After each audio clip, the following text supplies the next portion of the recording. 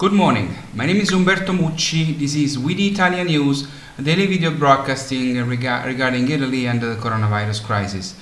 Today is Monday, May 4, the first day of Italy in semi-lockdown, the first day of the famous Italian Phase 2. The trend that sees all the official statistical curves and numbers continues to go in the right direction. The number of coronavirus Italian deaths yesterday was 174. This number has been going down for 6 consecutive days now, and it's the lowest since March 11. Plasma therapy of convalescent subjects, i.e. those who have had the virus and defeated it, is having excellent results in Italy. It is a therapy known for years and already used in other countries. Among the advantages are the enthusiasm of the donors, because many Italians who had the virus and beat it want to donate plasma, the low cost and the minimum toxicity. The main disadvantage is the impossibility of standardization given the variability from donor to donor. In Italy, the therapy worked on about 100 patients. All of them are cured, 100%, all of them. But this therapy must be done as soon as possible, because if the disease has already compromised the organs, there is nothing to do.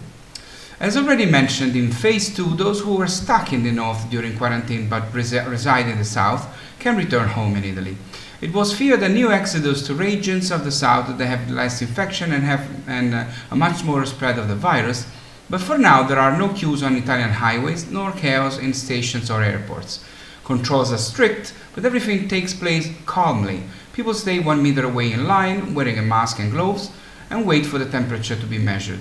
The fact that several activities are reopened throughout Italy has made it useless for some to return to the south. They cannot go home because they have to work again. The surprise is on the Strait of Messina between Sicily and Calabria, where most of the traffic is leaving Sicily, not vice versa.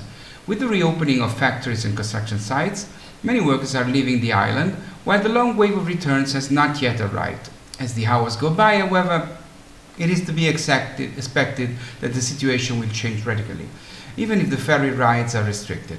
So far in the cities there is more traffic, but not excessive. Many commuters return to work, but even here there is no chaos.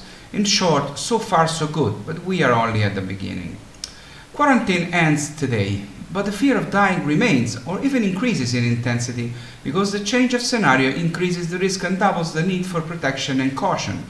Maybe in the family one spouse remains in smart working, but the other one goes back to work outside and risks to bring the virus in the house much more than when everybody was home. Even staying at home is more dangerous in this Phase 2 than it was in Phase 1.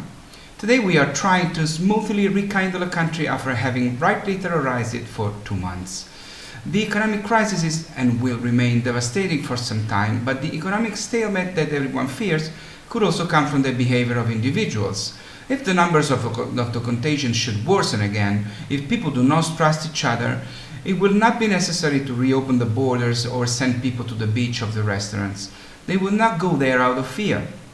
Attacking the bodies, the virus also attacks economic behavior. At this time, it is more powerful than any reasoning about family budgets or GDP.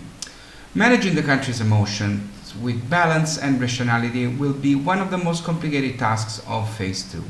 Incompatible with the strategy of terror used to keep Italians at home in the darkest day of Phase 1. Fear is not erased by law, and the great collective traumas are very easy to produce, but very complicated to overcome. There will be an increasing number of people who will need psychological support. Many of us may suffer from agoraphobia, many will develop hypochondria. The war is not over, but an armistice has been signed with the virus. We will have to fear ambushes and possible new infections every day. The human being is capable of adapting quickly. We all are. Slowly developing a strange professional kind of a Stockholm syndrome, many of us have fallen in love with their jailer, and now, faced with the prospect of returning to the office, we discover a surprising reality. We do not feel ready to abandon the new balance created during the lockdown. We don't want to go out. In these weeks, thanks to the daily routine, a collective comfort zone has been formed, which will make it difficult to resume the working rhythm we had before the pandemic. Now, this is what's happening in Italy, the first day on Phase 2. Probably it will be more or less what will happen in the United States when your state will reopen. So please, even if you can go out, or if you cannot, stay safe, stay healthy, do not underestimate the virus. I'll see you tomorrow. Thank you very much for watching. My name is Umberto Mucci. This was We the Italian News. Ciao from Rome.